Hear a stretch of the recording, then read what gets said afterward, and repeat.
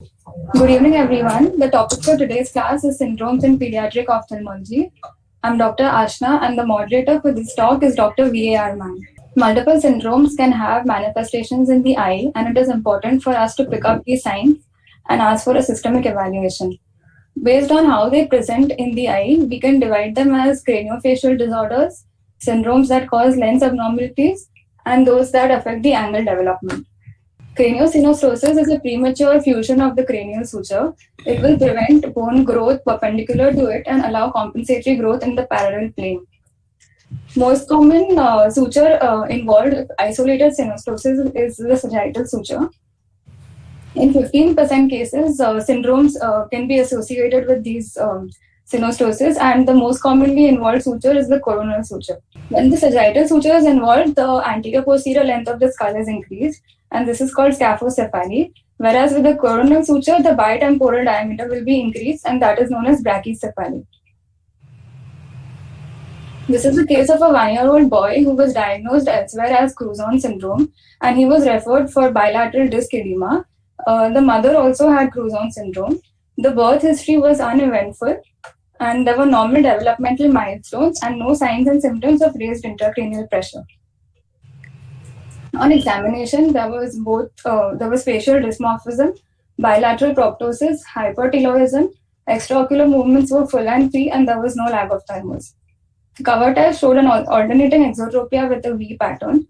CT of the orbit was asked for, which showed bilateral shallow orbits, widened preoptic CSF space, and craniosynostosis.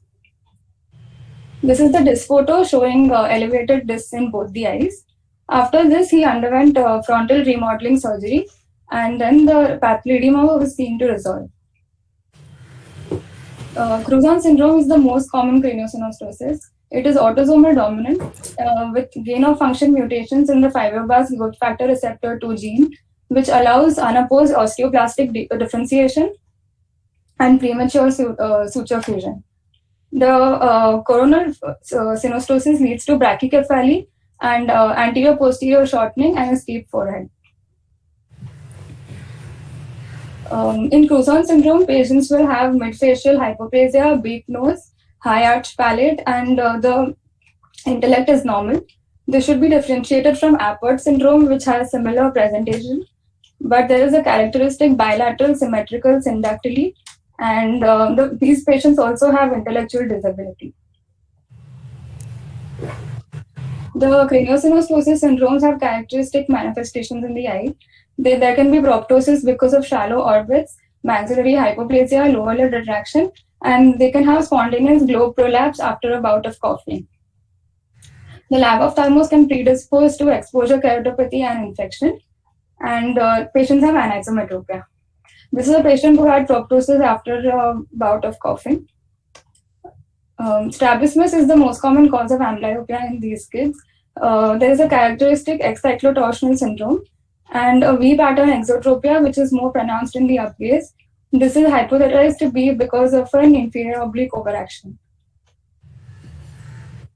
They have papilledema and optic atrophy because the growth of the skull is affected more than that of the brain, which can lead to a raised intracranial. Now, Ashna, can I ask you one thing?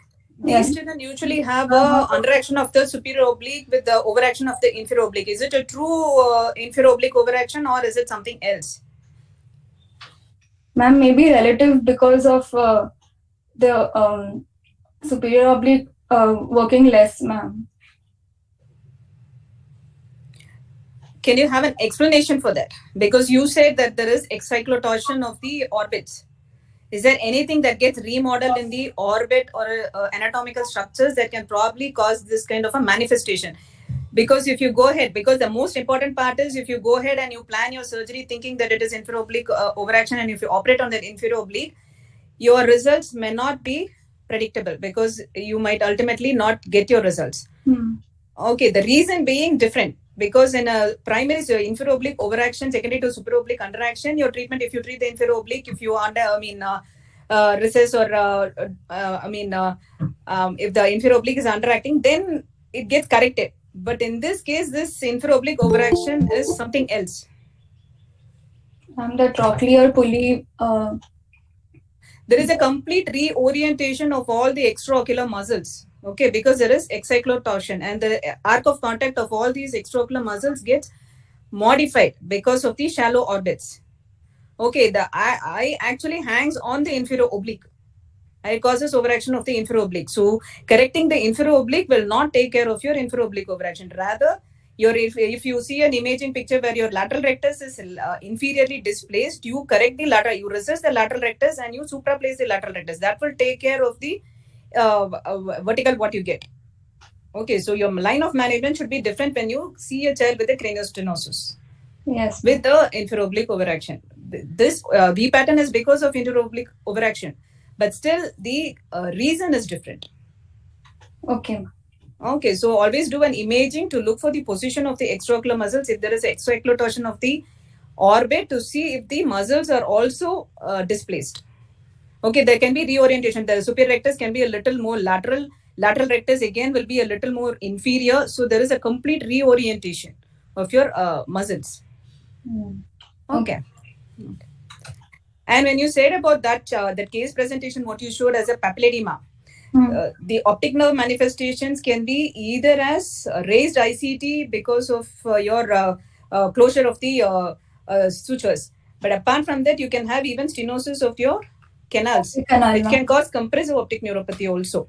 Yes, ma'am. Okay, optic atrophy can also be a manifestation. So field effects and optic pupillary evaluation is very important in these children. And always you need to evaluate the children, even if the child is planned for a cranial procedure, neurological procedure, you need to assess the child prior to surgery and post-surgery, and you need to follow it up. Yes, ma'am. Okay.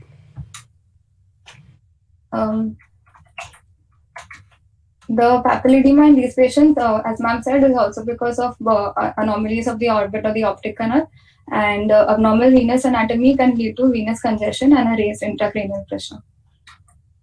Coming to the mandibulofacial dyssystosis of the clefting syndromes, these are because of defects in the development of the first and second arch. The Treacher-Collins syndrome is a autosomal dominantly inherited syndrome. There is hypoplasia of the zygoma leading to downslanting slope of the orbits. External ears are malformed. There is an absent nasofrontal angle leading to a bird-like nose. The hypoplastic lower jaw and abnormal dentition is seen. The lower lid shows a notch and nasal lacrimal duct obstruction, limbal or orbital dermoids, and astigmatism can be seen. These patients have normal intelligence. This is a 3-year-old female complaining of a growth in the left eye since birth. The vision in the left eye was 6/36, and cycloplegic refraction showed plus 4.25 hypermetropia with a -2 cylinder in the left eye. The examination showed a ear tag in front of the left ear, and there was no hearing deficit, and the rest of the examination was normal. She was advised patching of the right eye for 2 hours per day and was diagnosed as having Goldenhar syndrome. It is most commonly sporadic and shows unilateral manifestation. The most common ocular manifestation in Goldenhar is epibulbar dermoids and lipodermoids, which are commonly seen in the inferior temporal limbus. Patients can also have ptosis, lid colobomas, nasolacrimal duct obstruction, and motility disorders. What motility disorder do you commonly expect in children with Goldenhar syndrome? We're talking about ocular motility. What is the most common ocular motility disorder that you expect as an association of your Goldenhar syndrome? In fact, look for it. Duane's retraction is very commonly associated with Goldenhar, so always look for associated Duane's in these children with Goldenhars. Okay. Yes, ma'am. That is the most common ocular motility disorder. Okay, go on. Patients can also have preauricular skin tags with or without a fistula. They are seen anterior to the tragus and usually on the same side as the dermoid. External ear deformities like anotia and microtia can be seen. We should look for conductive hearing loss, cleft lip, cleft palate, and abnormal vertebrae, tracheoesophageal fistula, and the patients can also have hydrocephalus and mental retardation. Coming to syndromes which cause lenticular abnormalities, the most common connective tissue disorder associated with ectopia lentis is Marfan syndrome. It is autosomal dominant with mutations in the FBN1 gene that code for the fibrillin protein. This is required for formation of microfibrils and extracellular matrix, And in the eye, fibrillin is seen in the corneal basement membrane, sclera, and the zonules. Ocular manifestations are seen in 80% of patients with Marfan's. Lens subluxation is most commonly superior-temporal. The zonules are stretched, but they are intact, and so the accommodation is usually preserved. Patients will have high myopia or astigmatism, poorly dilating pupils because of a hypoplastic dilator pupillae, decreased corneal curvature, scleral thinning, and retinal detachments. The risk for RD increases with the presence of ectopia lentis, which exerts traction on the vitreous, and also because of increased axial length. These patients can also have early onset of cataract, strabismus, and open angle glaucomas. The revised Ghent criteria is used to diagnose a patient as having Marfan syndrome. So there are systemic findings in which myopia of more than 3 diopters is given a score of 1, and a total score of greater than or equal to 7 indicates systemic involvement. If the patient has a positive family history of Marfan's, then presence of ectopia lentis alone is enough to diagnose him as Marfan's. And for isolated patients, ectopia lentis and a aortic root dilatation or a fibrillin mutation is used to diagnose this as Marfan's syndrome. The second syndrome with FBN1 gene mutation, an autosomal dominant inheritance, is Weil-Marchesani, but it is rare comparatively as compared to Marfan's. The lens is microspherophakic, and it can have lens subluxation or dislocation, most commonly in the anterior chamber. This can lead to secondary pupillary block glaucoma and myopia. The patients have short, stubby fingers, stiff joints, short stature, and cardiovascular defects can be seen. Now, as an ophthalmologist, what is the importance? Like, you see a child with a Marfan syndrome, you might be the first primary person of contact where you come across these children with bilateral subluxation. You evaluate, and then you come across the systemic investigations, and you know that this child is Marfan's. Now, what are the things that are very important when you're planning any further intervention in these children? Is there any significance? Now you say it is isolated ectopia lentis alone, or if it is associated with a Marfan syndrome. Does that make any difference in your line of management or follow-up of the child? Ma'am, they have more risk for surgery because they will be high myopes. So we have to keep that in mind. Also, like other systemic features which can lead to high morbidity and mortality, like aortic dilatation can be a cause of mortality in these patients. Okay, if you're planning anesthesia or surgical intervention, then that also needs to be kept in mind. These children can have associated cardiac defects which needs to be taken care of before you plan any interventional procedures in these children for ocular purpose. And that apart, even genetic counseling is important, because if you see Marfan's as a dominant inheritance pattern, so parents should be aware of the fact that it is an inherited disorder, and genetic counseling is also important. Yes, ma'am. Okay. Stickler syndrome is autosomal dominant. There are 4 types of Stickler syndrome, which has abnormal production of type 2, 9, and 11 collagen. These are components of the vitreous. Type 3 Sticklers has no ocular involvement. Radial perivascular retinal degeneration is seen in almost all the patients. They have subtle areas of chorioretinal atrophy around the blood vessels in the retina. Abnormal vitreous development can show as a membranous or beaded vitreous. Patients have high myopia and complicated retinal detachments. There is an early development of cataract and glaucoma. Systemic findings are precocious osteoarthritis, sensorineural hearing loss, midfacial flattening, and midline clefting. They can also have a small mandible, like a Pierre-Robin's sequence. Down syndrome or trisomy 21 is the most common chromosome anomaly. A significant risk factor is increased maternal age. Systemically, these patients can have mental retardation, dementia, Alzheimer's, increased risk of acute myeloid leukemia, congenital heart defects, hypothyroidism, hearing loss, and they have a high risk for atlantoaxial subluxation. This should be kept in mind while examining them at slit lamp. The refractive error most commonly seen is hypometropia because of a failure of emetropization which occurs when a normal child grows. These patients also have a poor ability to sustain their accommodation. The upslanted palpebral fissure can lead to an oblique astigmatism. The esotropia is the most common form of strabismus seen. So what is the importance of of this hypoaccommodators? No, Down's children are usually hypoaccommodators. Yes. So when you're giving a glass prescription, does that modify your glass prescription? In children, if you're going to prescribe glasses for hyperopia or something, do you modify your glass prescription just because it's a Down's child, because they are hypoaccommodators? Ma'am, so you can make it more myopic. Yeah, you tend to undercorrect the hyperopia for age. Yeah. Okay, in these children, because they are hypoaccommodators, you give them the extra plus because you want them, they will not be able to accommodate. So you substitute it with plus lenses. Yes. Okay. A horizontal nystagmus can be seen. Nasolacrimal duct obstruction because of agenesis of the punctum, atresia of the canaliculum, or stenosis can be seen. 30% patients also have squamous blepharitis with increased eye rubbing, and this increases the risk of keratoconus and eye drops. The upward slanting palpebral fissures, medial epicanthal folds, and congenital ectropion can be seen.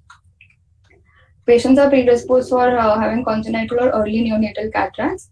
Iris shows crucial spots, which are focal areas of stromal hyperplasia surrounded by relative hypoplasia.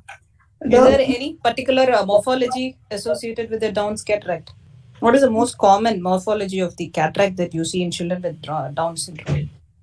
It's usually the blue dot cataract, which is most commonly associated with children with bronze. Other one is your cerulean cataract. Okay, these two are common associations, the typical morphology of the cataract in Downs. Okay.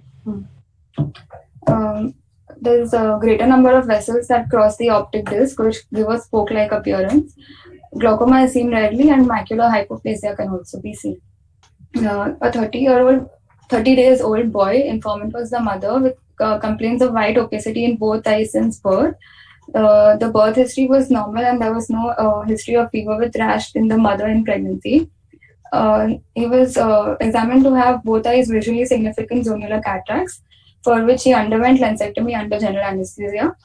He also had a small patent ductus arteriosus and was diagnosed to have hearing loss. In the follow-up visits, there was no speech development, and he eventually developed secondary glaucoma, for which he was started on anti-glaucoma medications. So this patient was the fundus showed salt pepper mottling, and the anterior hairline showed the characteristic whole of rubella. He was diagnosed to have congenital rubella syndrome. The syndrome shows transplacental infection, and 50% mothers may not give any history of fever or rash because the infection can be subclinical. The risk of malformation in the fetus is more if the infection is earlier in the pregnancy, and it is almost nil after 18 weeks because the organs are fully developed. The systemic manifestations include deafness, mental retardation, cardiovascular defects, and late onset diabetes and thyroid dysfunction. The ocular manifestations of rubella are bilateral progressive cataracts. Nuclear pearly white cataract is most commonly seen, but they can also have membranous cataracts. The virus enters the lens before the capsule develops, and the capsule would normally act as a barrier, but the virus slows down the cell division and maturation and makes the fibers opaque. The cataract can also progress after birth because the lens acts as a reservoir for the virus, and this is seen as clusters of vacuolar opacities in the cortex. Microphthalmos is seen as a ocular failure to thrive. Axial length is less than 16 millimeters. A pigmentary salt pepper retinopathy is seen because of pigment alterations, and it is most common at the posterior point. Glaucoma can occur because of failure of the angle to develop. Corneal haze is seen when the virus invades the endothelium. Esotropia is a common strabismus seen in these patients. Hypermetropia because the eyes are small. Poor development of the dilator muscles of the iris can lead to iris atrophy and poor pupil dilatation. Cataract surgery in these eyes can have poor outcomes because of poor pupil dilatation and postoperative inflammation when the retrained lens virus particles are released. There can be an initiation or worsening of secondary glaucoma. Hallermann-Streiff syndrome is a rare syndrome, but 90% of patients can have ophthalmic manifestations. So we should look out for microphthalmos and microcornea, which we can see in all four of these patients. These patients also have hypotrichosis, which is seen here as loss of the eyebrows, a beaked nose, and esotropia. They have a bird-like face with a thin beaked nose, and respiratory abnormalities are seen with narrow upper airways, and this can lead to a difficulty in intubation. They can have missing or deformed teeth, and bilateral congenital cataracts and microphthalmos can be the presenting feature for these patients. Coming to the syndromes that present with abnormalities of the angle, this was a boy who presented with bilateral facial hemangiomas. Anterior segment evaluation showed a capillary hemangioma in the conjunctiva of the right eye. The fundus showed a tomato ketchup appearance and a choroidal hemangioma in the right eye. He was diagnosed to have Sturge-Weber syndrome. It is a sporadic syndrome of 4 types, and males and females are usually equally affected. Patients can present with a facial capillary vascular malformation known as the port wine stain or the nevus femens. This is seen in the territory of the ophthalmic or maxillary division of the trigeminal nerve. It is usually unilateral. And the port wine stain can trigger alterations in the ocular blood flow, leading to elevated episcleral venous pressure and glaucoma. The risk of glaucoma increases if both the lids are involved with the port wine stain. Glaucoma is the most common manifestation. It can be open angle type or congenital. Congenital is because of abnormal development of the angle, and it shows with typical signs of congenital glaucoma like ophthalmos.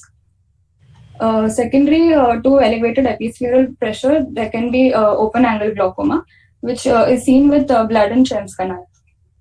When NVI or NVA is present, development of peripheral anterior synechia can lead to secondary angle closure glaucoma. The glaucoma in these patients shows poor response to medical therapy, and surgical options need to be tried. And because of an increased risk of choroidal or retinal effusion and expulsive hemorrhage, prophylactic posterior sclerotomies are made. The choroidal hemangioma is usually seen on the same side as the facial port wine stain, and it can be asymptomatic. The retina overlying the choroid can be normal or show pathologic changes like RP atrophy or proliferation. The tumor is seen as the thickening of the posterior choroid, and it appears very dark red, which gives it a tomato ketchup appearance. Ciliary body hemangioma can also be present, which will cause secondary lens subluxation or dislocation. The patients can also have abnormal dilatation of the conjunctival vessels, episcleral hemangiomas, and increased episcleral pressure. Eyelid hemangiomas can manifest as a mechanical ptosis. Seizures are commonly seen as a neurologic manifestation, and cortical calcifications on CT scan are seen as a railroad or ram taxon. Axenfeld-Rieger syndrome is a bilateral developmental disorder of the anterior chamber angle. It is rare and autosomal dominant. Systemically, patients will have developmental defects of the teeth and facial bones, small crown size seen as microdontia, missing incisors, and other systemic features. In the eye, characteristic is the anteriorly displaced Schwalbe's line, seen as the posterior embryotoxon. The endothelium is normal, and they can also have micro or megalocornea. The angle on gonioscopy also shows the prominent Schwalbe's line, and there are iridocorneal excisions. The iris will have mild stromal thinning and atrophy or hole formation. So the prominent iris strand will pull the pupil towards it, and chorectopia is seen in that direction, and atrophy and hole formation occurs in the quadrant away from the chorectopia. Glaucoma is seen because of abnormal angle development as the neural crest cells are arrested, but the extent of the iris defects usually does not correlate well with the severity of the glaucoma. Trabeculectomy is the surgery of choice in these patients.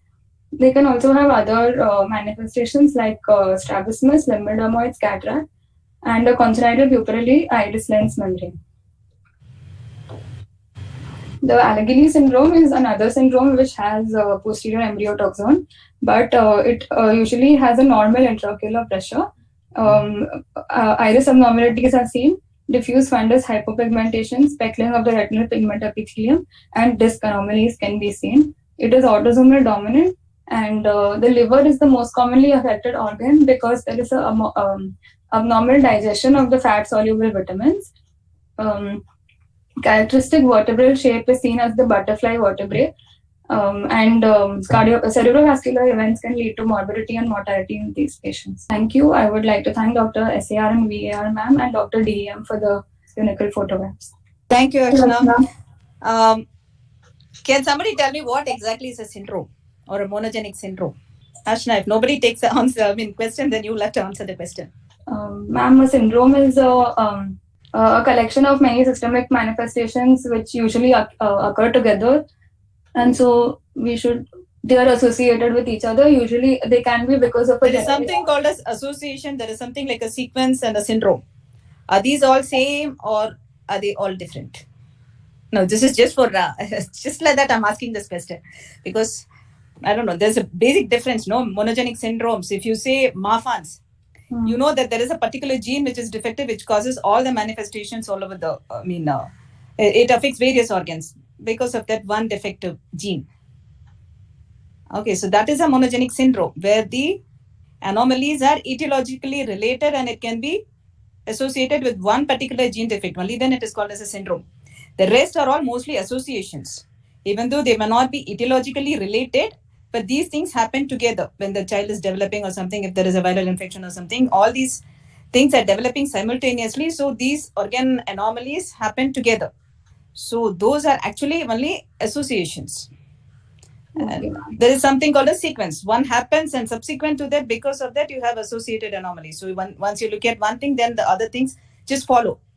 Okay, so that is a sequence.